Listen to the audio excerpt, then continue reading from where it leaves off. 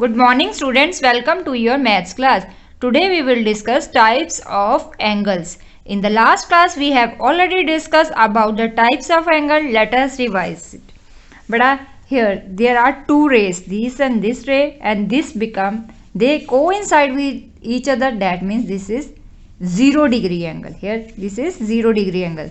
Now अगर यहाँ पे ये दो ये मूव होके ये ग्रीन पार्ट्स ये यहाँ पे ऐसे आ जाता है,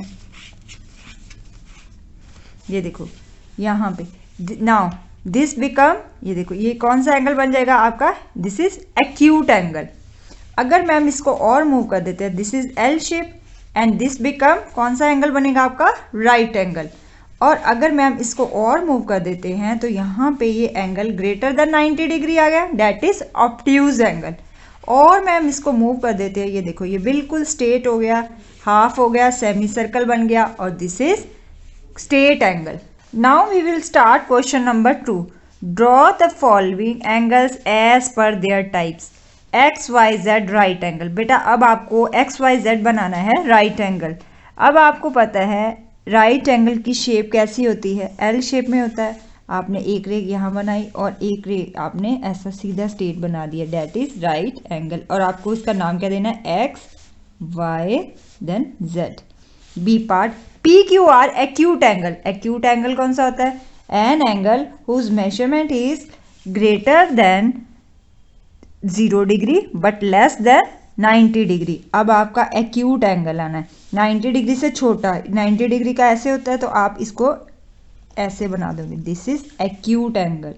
the P then Q then R, this is P Q R, this is acute angle. Now M N P, this is straight angle. अब आपको बनाना है. अब आपको पता है स्ट्रेट एंगल का, यहाँ पे आपने एक रे बनाई और यहाँ पे आपका एक रे का स्टार्टिंग पॉइंट है और यहाँ से आपने सेकंड रे बना दी.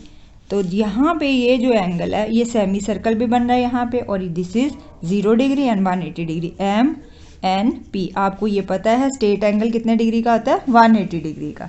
D part, angle A B C obtuse angle. अब आपको ए बी सी एंगल बनाना है ऑब्ट्यूज एंगल.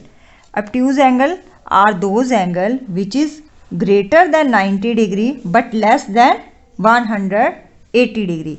अब ये देखो आपने ए बी सी बनाना है. आपने ये 90 डिग्री कैसे आएगा, greater than 90 degree, that means आपका ऐसे बनेगा ऑब्ट्यूज एंगल. अब आपने इसका नेम क्या देना है, A B then C. B पे आपका क्या बनेगा, वर्टेक्स बनेगा, क्योंकि सेंटर में है तो यहाँ पे vertex. Now you have to do question number 2 of worksheet 4 in notebooks. Let us start with brain teaser. Question number 1 is tick the correct answer. The angles made between the hands of a clock at 2 o'clock is dash angle.